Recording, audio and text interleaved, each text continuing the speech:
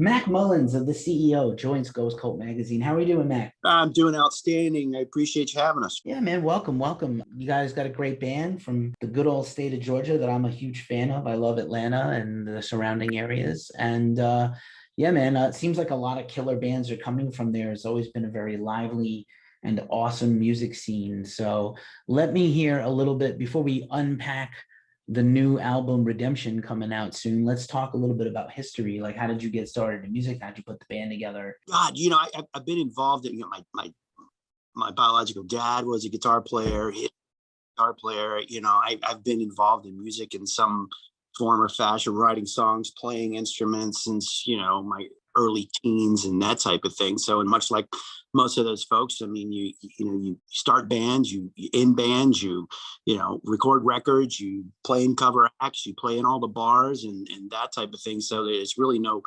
it's nothing special as far as the history goes or the track goes as it relates to being a musician. But luckily for me, some folks that are some friends of mine that I've been in various bands with over the years. We really enjoy writing together, playing together, that kind of thing. So it really kind of, the CEO started off as a solo project just for myself. And it really just kind of grew out of that and my friendships with, the guys in the band. And, the rest, as you say, is history. I wish it was something more, special, but it was really just an organic process. Nice. Well, there's nothing wrong with that. It doesn't sound like a debut album. It does sound like, a veteran group put this together. It's very, complete songwriting and lyrics and vocals and wholly thought out songs, not like anybody's first attempt at anything. So it definitely doesn't sound like a Brit. It doesn't sound like a new band. It sounds like a band that's just new to us, the listener. Good, man. I'm glad you see it that way. I mean, obviously, it's, we've been doing this a long time together. It was just a matter of finally getting it, getting it in front of the right people. And then obviously working with somebody like Elvis Basket. Clearly the fifth Beatle and everything that he does. I mean, the guy is super amazing. His staff is amazing. Sonically, you can hear it yourself. It's every bit as good as, the Alter Bridge stuff that he did and the Wolfgang Van Halen project and so forth down the line. So he's got his hands all over it, and I give him a huge amount for making us sound as good as it does. Awesome. Yeah, Elvis is a genius. And of course, another 6 Degrees of Separation with Seven Dust is a band he works a lot with. And you guys have Vinny in the band. So is that a guy you know for a long time? Well, we've known Vinny for a while. Obviously you can't be a resident of Georgia or Atlanta and not give proper respect and love to the guys in Seven Dust. Obviously they're huge players in our area, and then obviously, again, worldwide. But, everyone knows the Seven Dust guys. We're lucky to have them. And then, of course, Vince he's probably the quiet one in the band, but they call him the boss for a reason. He's definitely the man, and we were lucky to have him. He came out and saw us play, and liked what he saw, liked what he heard, and basically said, "I'm going to send you down to Camp Elvis for a couple of weeks and see if you."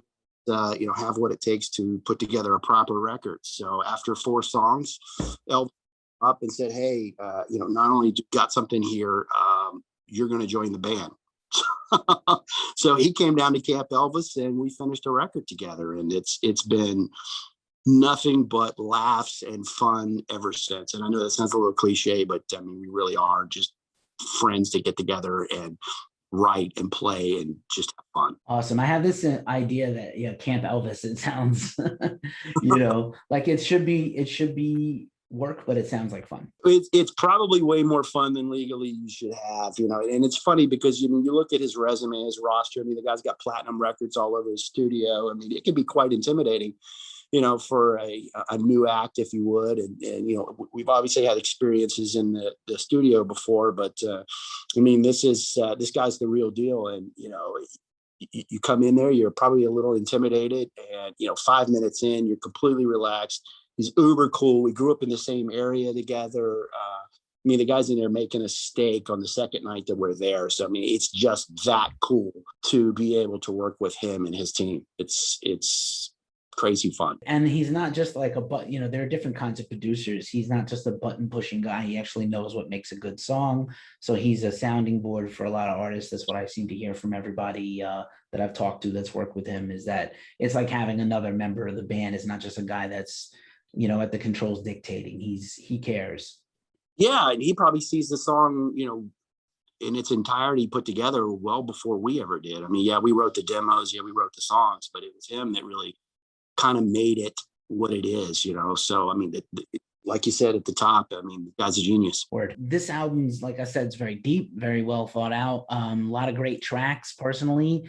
The ones that I like on Redemption, the title track, of course, it's got the big video, and Black Hearts and The Storm and Bourbon Straight, which is funny. So yeah, I wanted to get kind of some thoughts on some of these songs, and were these written in the last few years, or these things you've been working on over time? Yeah, and I appreciate you saying that. I always curious of what people like, what it is that they like about him, and then what didn't you like? So I'm very curious about that as well. But no, when we went down to Camp Elvis, we basically got a phone call and said, you're going to Elvis's place to cut 4 songs. And so it was a scramble, and we got those done. And then once we got those done, he said, hey, you're back in 2 weeks and we're going to finish the record. So it was right before the pandemic hit. So, we were able to get the album pretty much completely done before everything shut down. So it's actually been sitting on the shelf for about a year, waiting for the runway to clear, if you will. So, we've been sitting on it, and in fact, we've started writing new songs. So we're very excited to have it out. Glad that the things are starting to get a little better out there. And obviously, we look forward to actually getting out and playing it too. Right on, of course. And actually, there's no songs I don't like. I think there's ones that grab me more than others. They're all pretty banging. I love the opener, Twin Flame, and Behind These Eyes. But yeah, those few that I dropped were the ones that I went to on repeat listens. I usually listen personally. I listen to an album a few times in a row, and then I pick out things that I like and re-listen to them. Sometimes I get fixated and listen to something a bunch. So yeah, man, I dig the whole thing. And very few bands that can do catchy, melodic, and heavy. Usually you can do 2. You can't do all 3. So you guys have like a really cool triple play there, that you kind of do all 3 all the time. And I tell you, that's probably our differentiator, if there is one, or something that I can point to, is that the makeup of the band itself. Vinny and I are both in our early 50s. Our drummer is in his early 30s, and then the 2 guitar players are both in their 20s. So you can imagine the influences that kind of come together to make the gumbo that is the CEO. I mean, so I come from more of a Van Halen or a Kiss, and even some old funk from back in the day. And then of course these guys got some guys that are heavy into Pantera or Periphery and Meshuggah and stuff like that. So it's a cool blend of some old school type stuff mixed with some current metal. And then of course once you put Elvis's spin on it, it's the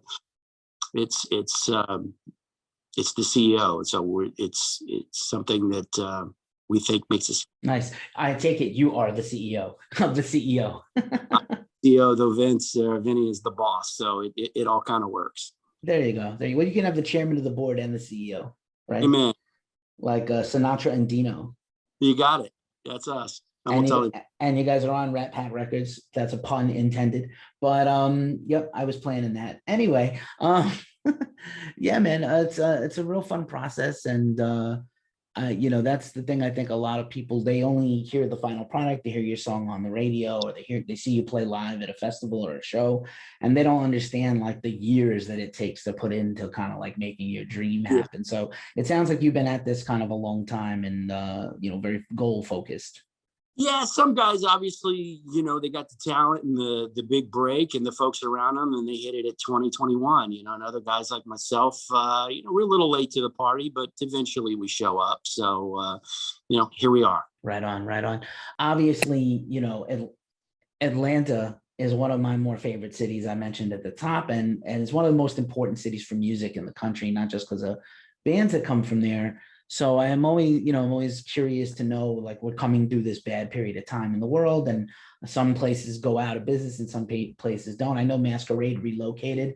Like, do you have a sense of like the local Georgia music scene and how that's going to rebound at all? Obviously, Georgia was one of those few states that never really got locked down as a lot of these other ones. So, I mean, we were, going to shows, back last October and September, and a lot of the new music was shelved, and a lot of the bigger tours were obviously shelved. But it's still plenty going on around here, and guys took the opportunity to kind of take a little break and work on new music. So, and it's such a good fraternity of musicians here too. I mean, you hear a lot about rivalries and this group and that group or whatever, and it just doesn't feel like that to me here in Atlanta. It literally looks like, especially, I can't speak to country or R&B, but I can certainly say from the rock side, these, the bands that are coming out of here that are based here look out for one another. They cheer each other on, and very hope that everybody is successful. So I feel good about it. I think that what you're going to see come out of this is some quality music. We're good friends with the guys that was invite to our features the Tesla guys, and I've heard their new record and it's coming out. It's fantastic. So a lot of good stuff coming out of Atlanta, and very excited about what 2021, especially later in the year, is going to look like. Right on. I actually just interviewed Blackberry Smoke also. So there's another guys with a brand new album, if you like a little more mellow stuff and not as heavy. But we were talking about kind of like, even if like even the real hardcore metal guys are like real closeted, or not closeted, maybe it's not right appropriate thing to say, but like country fans and blues fans, and not very, maybe not always waving the flag, but that's always runs deep in everybody from the South, right?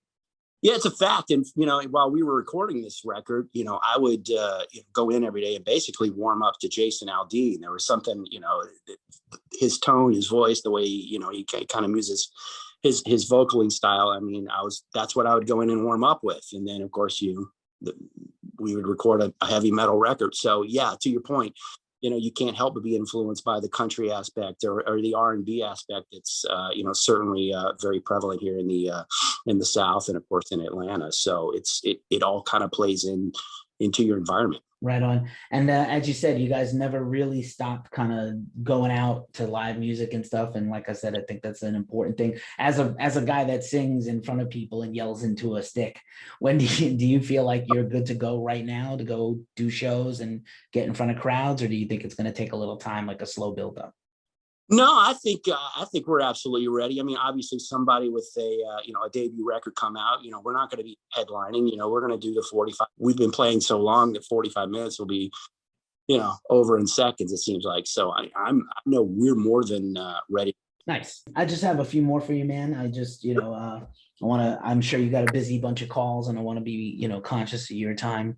It's always interesting how music shapes and evolves, and I always think about like, what was the thing that made you want to like make music in the first place? Was it a song? Was it a singer? What was the thing that made you want to like, oh, I want to do that? Like, what was the thing? Yeah, that was really easy. I grew up in foster homes when I was young, and your access to music obviously is going to be very, very limited. So once I got adopted while I was 7, back in 1977, my very first Christmas, or proper Christmas, if you would, very first gift I ever received was Kiss Alive 2. And opening up that, I'm not sure if you're familiar, but opening up the album and the gatefold, and here's this, obviously crazy shot of the band on stage, everything's on fire. And then I drop the needle on the first track, and it's, you hear the announcement and the bombs going off in the back, and it totally changed my life. I mean, from that point on, I'm like, this was the greatest thing I'd ever seen,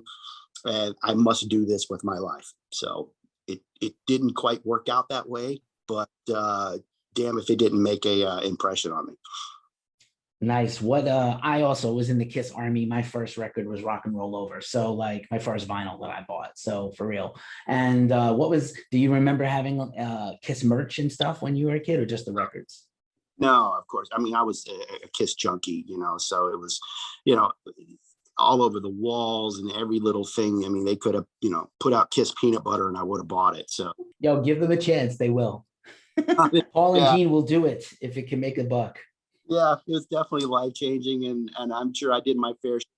A very wealthy man. So Word. I'm saying, like I think we're heading, guys of our age, if I may, I think we're getting to a point where we're starting to see some of our heroes retire or slow down. So I'm bummed to think that there's going to be a time, even though I know they're not what they were. I saw them a few years ago. I thought they were still great, but I'm bummed that I'm going to live in a world probably where Kiss is not a band anymore, no matter what those guys say and about that's strange backups. because they were a very important part. And so was Van Halen, and to lose Eddie this year, you know what I mean? Oh my God, Van, they've been part of your family, a part of your life, almost your entire life. And then they're gone. And it's kind of like losing a family member. It's heartbreaking. So, and then, you looking around and like, okay, who's the next hero? But I don't. You don't replace an Eddie Van Halen or a Gene or a Paul and that kind of thing. They just other people, I guess, just kind of step in. Who knows? Yeah, same. I'm also bummed I thought Eddie was robbed. We were robbed from him, and he battled illness for a long time, which probably curtailed chances of them doing more albums or touring more.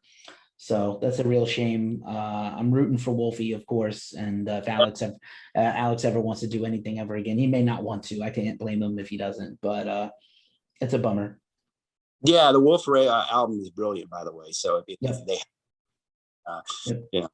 probably picked up. Cool. I've been jamming it, so I'm loving it. Just I love to end these on a wild card question because I think they're fun, Yeah. and I always like to ask, like, before music or before whatever you do for a living beside music, what was the hardest or worst job you ever had, like day job? That's easy. I was in college and starving college student and needed any type of job. I was in the middle of a recession back in the, let me say, late 80s, early 90s type situation. And the only job I could get is cleaning government subsidized housing after people moved out. So I would have to go in and, basically clean toilets and showers and that kind of thing. The job was brutal. So, and I sit there and watch the lifeguards and I'm like, I need that job. I got to get out of here. So I got my certificate to be a lifeguard. And we got to sit there with the pretty girls and sit versus scrubbing toilets. So much better gig. What an upgrade! Nice work.